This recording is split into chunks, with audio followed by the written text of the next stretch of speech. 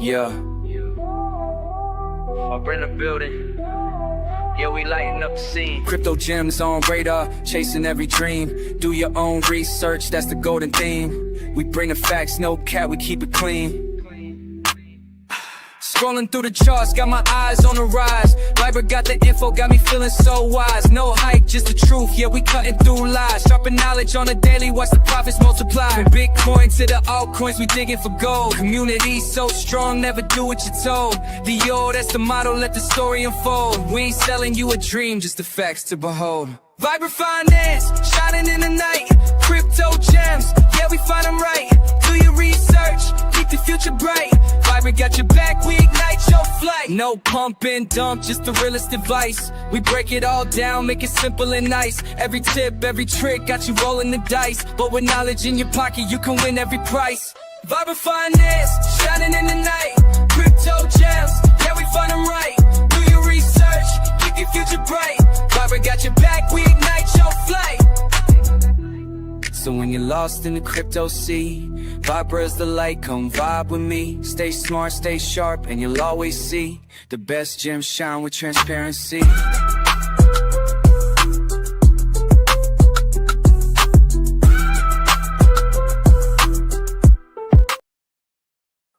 What's up, everybody? Welcome back to Vibreville.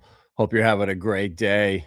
And I've been getting a lot of people sending me messages, starting to panic, starting to wonder if it's all over, if anything's going to happen. And you got to be so careful who you listen to. Most everybody out here has an agenda. They're trying to indirectly sell you something or scare you into acting a certain way, which benefits them. There's very few people out here who are here to actually help you. You know, everyone in the mainstream, Kathy Wood with her ARC, she just wants people to buy her shit. Tom Lee just wants people to buy his stuff. Michael Saylor just wants people to buy his stuff. Peter Schiff wants you to buy his gold. That's how it works out in the mainstream. And right now, this is the worst case scenario that if you've been here for a long time, we've talked about it, that we were going to have to see a COVID type capitulation for us to actually move up and get a true bull run. And I think that's what's going to have to happen. You know, every day here we're seeing one random altcoin shoot up and then give back all the gains. And I have my GHX staked, and I'll probably see, that's the thing. Do I unstake it now and wait for a couple days for the next sell-off to happen? Or is this going to be a new floor for this coin moving forward? You know, is stuff on Binance happening right now? Because this AI coin has been just straight down into the right. And now it's randomly pumping. So is this just a temporary little thing? And look at that. Yeah, it ran up to $1.04 and now we're back down to 83 cents. So like nothing is sustaining. There's no liquidity in the markets right now. And I don't think that's going to change for a while. You know, this whole $40 billion Fed, it's just a rebalancing on their sheets. It's not really QE. So I think we're going to have to wait until next year, unfortunately. Everyone's expecting the Santa rally, so that's not going to happen. If everyone was expecting nothing, then yeah, maybe we start running. But that's what we've been prepared for. You know, this is actually opportunity. When you can zoom out and look at the longer picture here, this gives you time to go and accumulate the stuff you missed out on, stuff you overlooked, stuff you just didn't have time to buy. Because in a year or two from now, you could see on chain with Stronghold, with Quant, with some of these blue chips, the activity that's happening behind the scenes to market makers. Quant, all these different wallets with 10,000 Quant are getting stacked. What are they for? There's no ETH in them, but 10,000 Quant per wallet, and they're doing it all day. There's something's happening behind the scenes, and you just need to be patient. And today I'm going to show you guys some really good opportunities that are out here that you need to take advantage of. You know, if you guys remember Polytrade, this was a real world asset play that we found back in October 2023. before it's been even on. Oh, there we go. So we found it down here at like 10 cents, maybe 8 cents. And it dropped all the way back down. It ran up to $3. So this thing did like almost a 40x. So I sold a little bit up here, took my money out. So I'm free rolling, but I let this thing roll all the way back down. And actually last week I added to it right before this pump. I was like, you know what? This is down so much right now. $100 got me like maybe like almost 2,000 tokens. And at the top, that was $6,000. I only had like 1,500 coins staked after I took profits on there. So to come in for $100 and more than double my bag, and then come to find out that the reason they're pumping Polytrade, this integration gives real W assets what institutions have been waiting for: a purpose built chain powered by real distribution. Basically a blockchain for real estate only, an L1. Our institutional arm, shaped over the years of work with banks, enterprises, governments, and partners like MasterCard, is now entering its next phase under the Integra umbrella. So we're going to get an airdrop for holding this, for holding Polytrade when this goes live. I got it. I don't know if it was on here, but I got the email for it. So exciting stuff is happening, guys. Like, that's why this pumped up off the bottom. And who knows? It might just come all the way back down. But these are long-term plays. Like, this coin was up at $3, and now you can buy it at 7 cents. So it's almost a 40x to where its all-time high was. And it's not inflating like crazy. Everything is just, there's just not much liquidity in this coin. And they've been building, and they're not just wasting money in trying to keep the chart pumped up for no reason. It's just stupid right now. If you do anything, you're just exit liquidity anywhere. You have to just suck it up right now and just let people wash themselves out. And it sucks, but it is what it is. Copper. Gold versus copper on the 3-month chart. This chart might put some clarity on why the cycles felt so weird and different. Gold is topping in its last candle against copper, same as July 2016 and April 2020. This chart is saying the crypto cycle is starting in January 26. Is this just another way of saying, of just looking at some chart and saying this is what's going to happen? I don't know. But if we go back, if we kind of repeat history, this is a good sign, I would think. But people are going to use anything they can find to shill a narrative. So you got to just trust your gut, do your own research, and find fundamentally sound projects that, like we've been talking about, like Polytrade right there. Real world asset play. XRP. Bloomberg report says 90% of Ripple's value comes from XRP, not acquisitions, stablecoins, or software.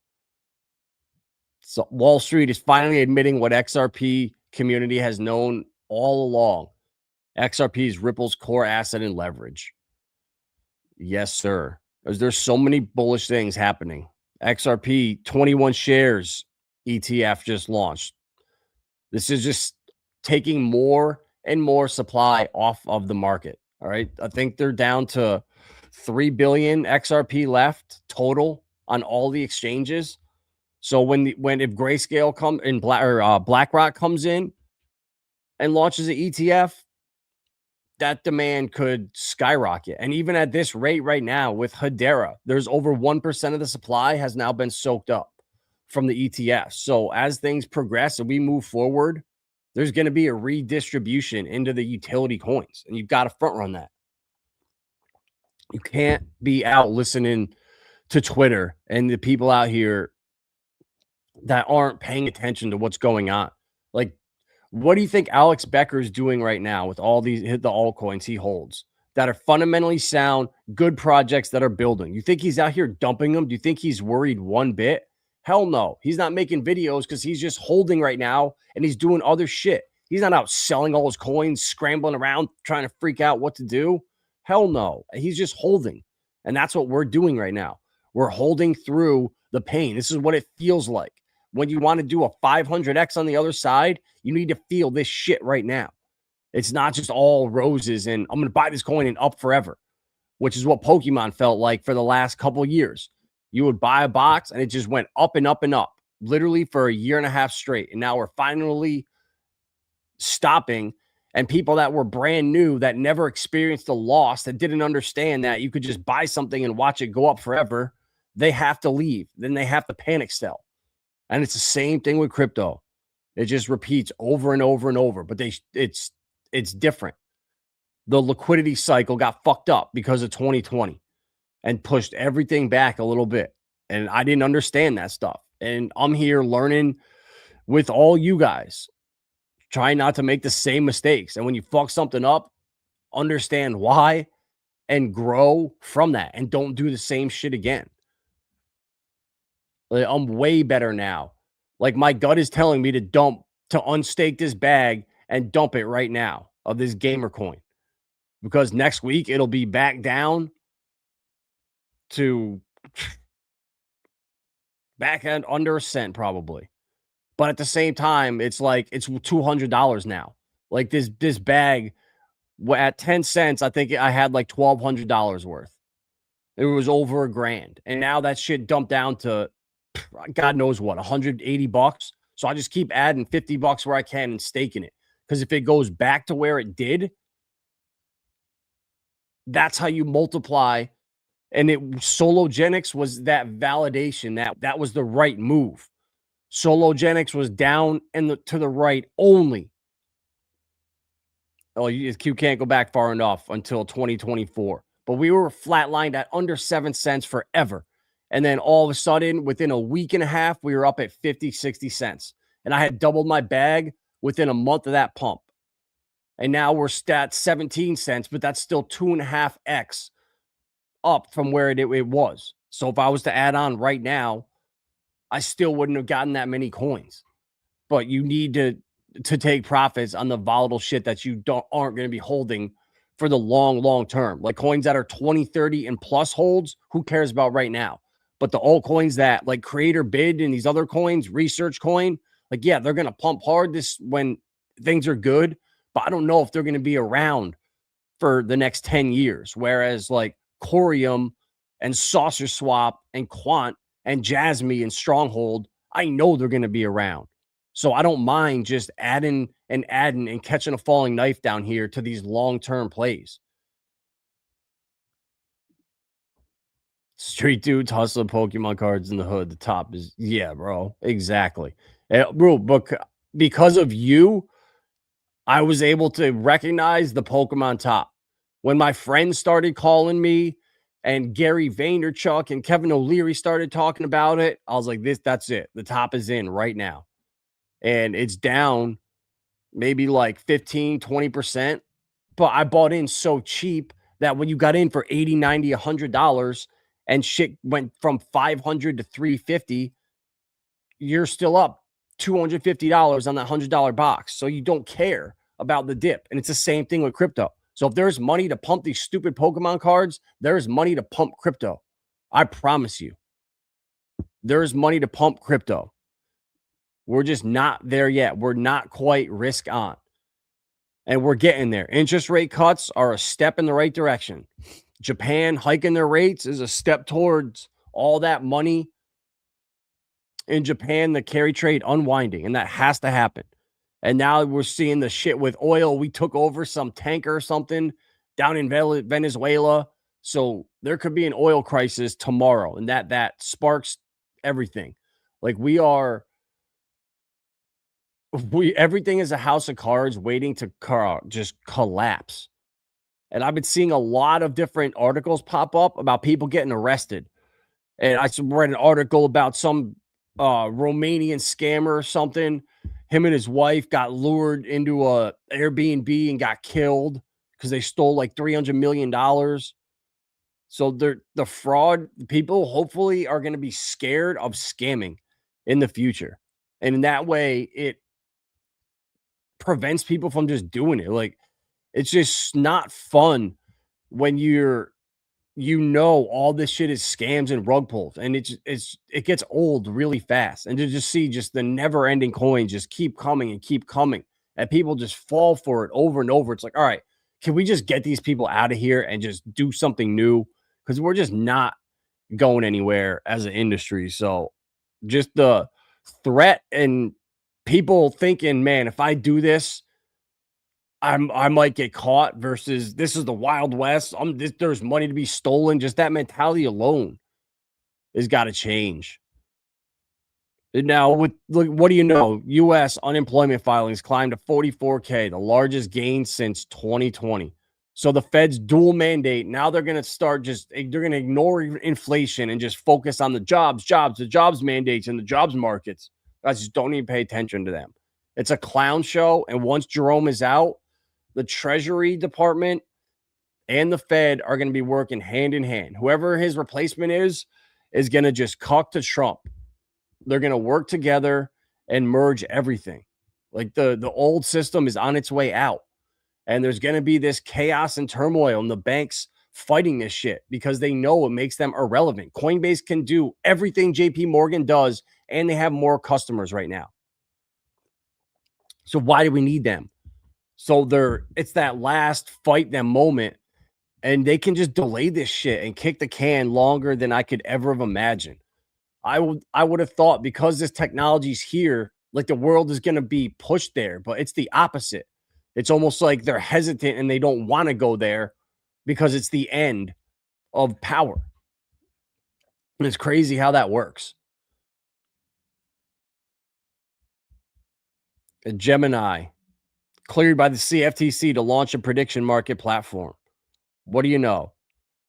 This platform will initially offer binary event contracts, just like poly markets, with plans to expand into other CFTC-regulated derivatives, including crypto futures, options, and perps. So you can come gamble and bet, will Trump, comb his hair? Who knows? Whatever it is. Will Trump raise his hand a minute into the speech? What words will he say? Whatever the stupid bets are. Gemini is now in. So these exchanges like Gemini, Kraken, Coinbase, they're all going to become basically banks and like the future of crypto and like finance. We're going to have them, and then we're going to have the DeFi stuff that we use. And there's going to be kind of two different worlds that we can live in, which I think is cool. And I really think that's where this is heading. I hope it is. Now, Gemini brings RLUSD support onto the XRP ledger. So now everyone was talking about, RLUSD, it's only on ETH. It's only on ETH. Yeah, that's called a vampire attack. If you've been around crypto long enough and you saw what Jack Levin did to all these different blockchains, and you see in DeFi what people do to get attention, vampiring is the greatest way to do it. You go where all the users are, and you force evolution, destruction, or change. But this is a good thing. Everything's going to end up settling on the XRP ledger on the mainstream for the banks and like payments like that. And then I think Twitter and their X payments is going to be stronghold and stellar. I've never seen anyone get told to take tweets down, but one of the stronghold researchers put some stuff up about X payments, and they reached out to him and told him to put it down. That makes you really like, okay, something's going on here. So we've been right all along. And you just got to trust your gut and know that there's enough evidence out there, and we've done the research to show these are going to be the projects and the platforms and the blockchains that are going to be used at scale, that are going to move money around the world instantly. And people, like, the whole goal of it, I think, is to make it so where people don't know the difference, where the everyday person is just going to realize, yeah, wow, my bank transaction, it just settled instantly. I don't have to wait days anymore. My check just cleared. I sent money wherever, and it's faster. And now PayPal, I can send to Venmo or to Cash App, and they're all interoperable. But this was really interesting right here, guys. I vividly remember at the start of the year, them saying that AI was going to be so good that you were not going to be able to trust anything anymore on the internet. You were not going to be able to tell whatsoever what's real and what's not. And I disagree. Like, I can tell, like, these stupid YouTube commercials where they're like, oh, look at this gadget or whatever. And you look down and the person's foot that looks like an alien foot. And like, just little things aren't quite there yet, but it's becoming a problem. Just like I thought, it's more of a fucking headache than it is for benefit for most people. For certain things, yeah, it's great. It's beneficial. It saves time. But it also opens up the door for so many freaking problems. Do you want to be getting phone calls from people that sound like your family? That's an AI, or your aunt, or someone that calls and it shows their number somehow on your phone and it sounds like their voice and it's an AI? Like, do we really want to go down this world? It's going to be way more problematic with all these old people that when they get a phone call and it sounds like their nephew or their grandchild and it's someone from Nigeria or India, but no longer is it hello, my friend. They can now sound like their family. Like, it is so bad. It's so dangerous and it's happening too quick. And I completely agree with this. OpenAI warns that upcoming models could reach high cybersecurity risk levels, potentially creating zero-day exploits or aiding sophisticated attacks on critical systems. Exactly. This is just going to allow, but at the same time, they almost have to know this is coming, and they're going to let this out, and it's going to kill a certain part, but that's going to allow the next evolution to come. But I just feel like this AI stuff is moving way too quick, and we need to just chill out with it.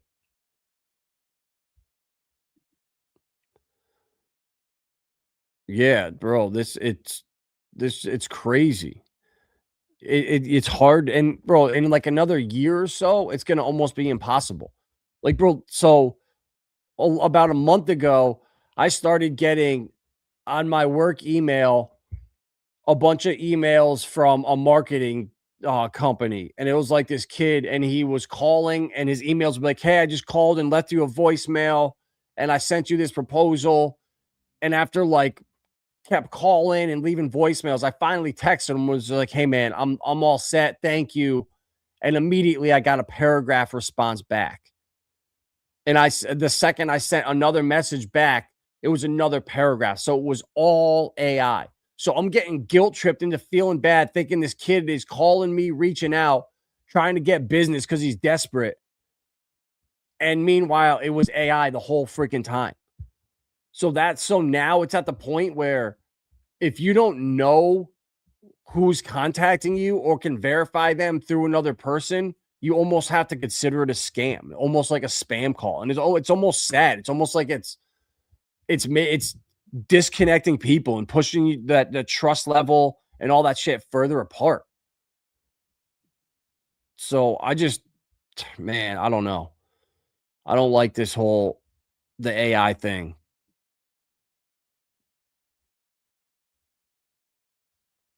Here's where it gets tricky. Defensive and offensive cybersecurity work use the same basic knowledge and methods. What helps defenders could just as easily help attackers. OpenAI says it can't rely on one protective measure. It needs layers of security controls working together. So if they push this out, they're going to create the freaking problems and force all of these controls and lockdowns. So it's going to make life like a living hell. Like, could you imagine if we had driverless cars roaming around, drones flying around, and every time you ran a red light, you didn't stop at a stop sign, you automatically got a ticket because a drone saw you do it, or a driverless cop that was recording everything saw you not use your turn signal. So you just get tickets automatically deducted from your digital shit. Like, that sounds like a hell to me. So man, I don't know what you guys think, but this is going to be a different world we live in the future. But at the same time, it's all a choice. We don't have to take part in these stupid smart cities where they're going to try to force people to live in. All that bullshit. You can still live out in the country and do stuff yourself, but you don't get all the reliances and all the conveniences of social media and driverless cars and all the stupid bullshit we don't even need. So I don't know. I don't know how this plays out, but institutional demand for AI related stocks is surging. U.S. insurers purchased 2.4 million of Nvidia, Microsoft, Google, Meta on average per day over the last 90 days, ending November 30th. So all the money it's just moving more and more and more closer towards an AI bubble where China can come and just pilot this shit.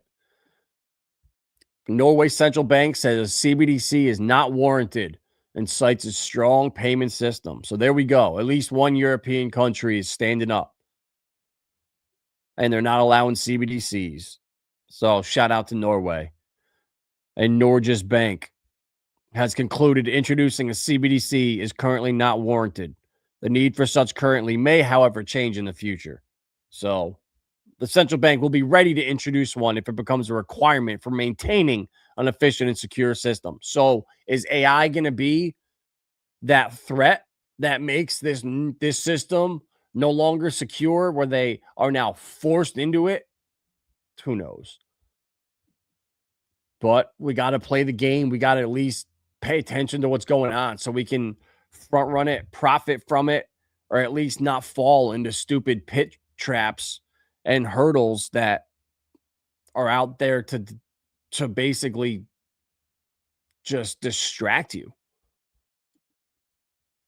But that's why we are invested in stuff like Cubic and Garth and QMine, where you could just sit back and earn Cubic every day and just watch some of these Neuraxon and the hackathons and the AMAs, and just the amount of brain power that's behind Cubic is nuts. So don't sleep on this ecosystem. The MLM shares are up to 2.2 billion Cubic, even though the USD value is less. I don't care about that right now. It's all about the Q. Same thing like with Pulse Chain. You can't be looking at the USD. You got to be looking at your charts against Pulse or PulseX or Hex, whatever cores that you're holding. Which that actually makes me think, damn, why am I looking at these coins against Pulse when I don't hold any freaking Pulse Chain? I only hold PulseX, Inc., and eHex. So the altcoins I'm holding, I need to be looking at them against PulseX and Inc. But I don't know if they have those charts. But that's the way that once you start thinking differently, you start seeing results. You guys, Phoenix DeFi Hub has been killing it lately. All right, the yield is still at like 78%, and I have maybe not even $400 in here in the pool, and I'm getting about 40 to 45 Phoenix tokens every week, and then I'm able to swap those for about 60 to 70 Relio tokens. And Relio is the real world asset play on Stellar that I think is going to do really well. It ran up to almost $3 last pump up. So 3,000 tokens was worth almost 10 grand, like $9,000. And right now it's like $500. It is so hyper suppressed. So I think that's where that's where I'm looking at. The stuff that showed it couldn't move in the past, but it still has the development behind the scenes and the money funding it. Like these guys, I did a video about Phoenix, and they reached out and sent a message. We're like, hey, really appreciate that. And we have big things coming. We've been building the whole time. So it's not like they launched and it's just an abandoned project. Like they are building. So this is nonstop passive income coming from this pool. And Phoenix is holding against the Stellar token. So like what typically happens when you get in these is you put your money in and the core coin starts to take off and the coin you're invested in drops in value. So yeah, you're earning yield, but you're shooting yourself in the foot. Well, the opposite of this is happening. Phoenix has been gaining against Stellar. So in reality, you want to earn, the whole point of it in leveraging into Phoenix is to earn more XLM or Relio or whatever you're trying to stack. So for me, that's my strategy, is take all of the Phoenix I earn in here and add to my Relio bag, add to that bag. And as this pool, drops down, and the APR, once it gets down to maybe 20%, maybe it won't be worth being in here anymore. It'll be better off in Stronghold, invested over somewhere over there, earning rewards. Like, I don't know. But getting yourself into these pools and these projects that are paying you back that passive income. So once you're in this pool, you get used to coming in here every single week and claiming your rewards and not having your value lose in terms of stellar.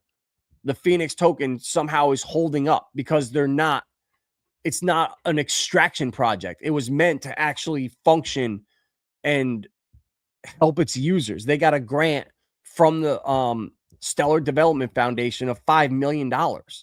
So they got money to launch this. So they had an incentive to make it reward its users, not just do the opposite. Like, it's at 1 to 1.17, that the ratio. And I know it was almost 2 to 1 when I first found this a year or so ago. So that to me is bullish as hell. You just don't see that. So this is a fantastic opportunity. And then Firelight, guys, if you don't know about this and you're holding XRP right now, you need to download the Bifrost wallet and then go to firelight.finance and connect your wallet. Actually, holy shit, you can actually connect with probably your Ledger or Tether too, or MetaMask, whatever you're using. And you wrap your XRP, you mint FXRP with it. And then from there, they have the vaults. But they only allowed 25 million for this first one. So the next one opening up in like a week or so is going to have, I think, 50 million.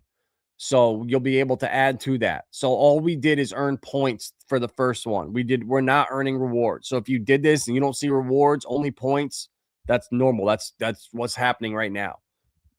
But this right here, Firelight and Flare, are what all of the institutions and exchanges are going to be using. We're front running the big money. And the whole world is moving decentralized towards DeFi.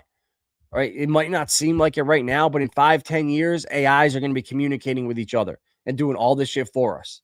We need to front run that and think about this stuff and getting used to these passive income earning protocols. Otherwise, you're going to just be going to Coinbase or to Kraken and doing the same thing, but they're going to just be taking 10, 15% from you. They're going to take your money and do this same shit with it. Instead of you doing it directly and earning as much as possible, they're going to do it for you and be a middleman, which is, I don't like it. So I wish that people would be shown DeFi properly, not scared into all the fear porn that's out there. And SparkDex is the other fantastic project that I love. XRP, I think, is the future for big payments. Flare is where you use XRP, where DeFi can now be a thing for Bitcoin, Litecoin, Dogecoin, XRP, and who knows where the future is going to go. Flare only has 2 more airdrops, monthly airdrops. That's what's killed this chart. Is there's airdrops every single month. So there's just endless sell pressure. That ends at the end of January. I don't think this chart can go down much further. It was at 30-something cents when it first launched, when you could first sell it on exchanges when the airdrop first came out.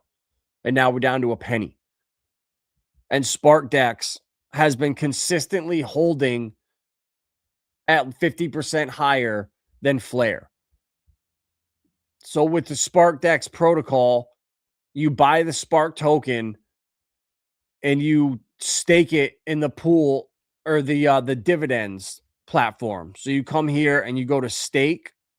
So once you swap your Flare for your Spark tokens, then you go to stake and you go to XSpark right here and you connect your wallet and then you do as much as you want. You approve it. You got to do it twice. Then you got to come to dividends right here and then come and allocate. So you're going to max allocate. And look at this. Right now, it's 22.85%. So I have like $400 in here, maybe. It's not much, but I'm trying to get as much with the airdrops now. I've been swapping the monthly drops into Spark tokens. So I'll have 2 more airdrops coming to swap into Spark. And then once you put it in here, you earn wrapped Flare and Spark tokens back. So once you have your principal, just like with Phoenix, I'm building my bag Aurelio just in that pool. Well, now with my Spark, I'm earning more Flare and more Spark. And then I can take those and do whatever. I can swap it for Flare, my Spark tokens, or I can just reinvest it in the same thing.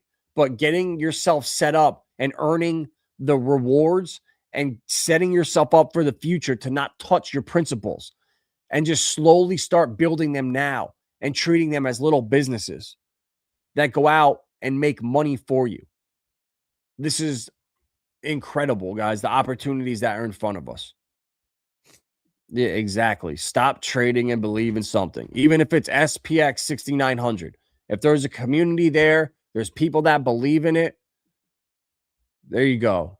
Caparongo, what's up? Good to see you. Good to see you.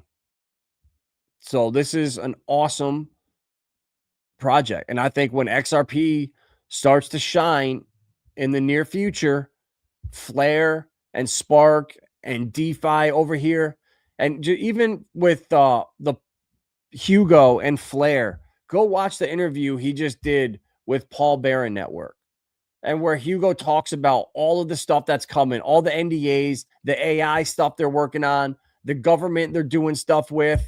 Like, they're one of the chosen ones, guys. Don't sleep on this stuff. Get used. Build your bag right now. Start staking this stuff. Start earning yield and getting used to it. Because the last thing you want to do is to be caught off guard, and this should do a 50x, and you missed it, or you just aren't prepared for that to happen. Get it set up so when it appreciates that much, the rewards you're getting start to make a difference. And that's going to be sooner rather than later, guys. I promise you. Don't listen to the mainstream. There's a few blue chips out here that are going to survive. We're about to go through the great cleansing in crypto. And if there's not a community there that's passionate and a plan to grow and scale with a roadmap, you got to move on from it. And it's hard. You get emotionally attached to these projects because you've held them for so long. But once you find something that's better, that you believe in, and you see the vision, it's like, all right, I'm going to just cut my loss and move on because this is a better project for the future. And that's what I've really learned from the people that have crushed in crypto. What they found something, they believed in it, and they just went hard into that. Instead of just diversifying into so many million different things, you start getting lost. Find the few things you believe in the most that have the most upside, but also the least downside risk. You know, that's another huge thing. Like, from right now, if you can't afford to lose anything, but you have money to put in, you don't want to get into an altcoin that can dump 80% from right here. You want to get in, I would more look into something like XRP or Quant. Like, what are the odds of Quant going down to $50 down here at $80? Like, how criminally undervalued Quant is insane. So these are the things that I'm buying right now, that I'm slowly accumulating. And as this pain and misery goes on, it's okay because I can increase the amount of coins I have. Even though the USD amount is down a ton, that's okay. It's supposed to be. And don't feel like you missed out or you're doing the wrong thing because you're just losing value or losing money. We're supposed to feel like that in a recession, in the worst bear market in history. And things change so fast. Look at Stronghold, the 50% pump the other day. How good that felt. And to know, all right, this is coming. Pulse chain doubled up. Pulse X, all the cores doubled up. Now, but they gave half of it back. But to now be sitting at a new 50% floor, if you were going to buy tokens last week and you waited, you're now getting 50% the amount. And that's huge if you can be in here for the long term. When this thing turns around, guys, like the ones that survive and come back, I think we're going to see the biggest gains ever because we are down. There's so little liquidity. These coins like Clearpool and Jasmy and Sologenics and stuff, like they're criminally undervalued. They should never be down where they are right now. So I just think that means they have so much more higher that they can go than we could ever imagine. So that's why I like to believe we're going to manifest that shit and we're going to crush it moving forward. So smash that like button. I'm out of here. If you need help, the book of one-on-one, we'll sit down and make sure that you're set up to crush the future because there are so many opportunities here. I put in the work. I know I have that conviction. Nothing is shaking me out of this shit. I will hold it to zero and I'll be all right. It'll be painful, but I'll be good. But I don't think that's going to happen. If that was the case, I feel like there's going to be way bigger problems in the world if all this shit crashed. So smash that like button. We'll see you guys on the next one.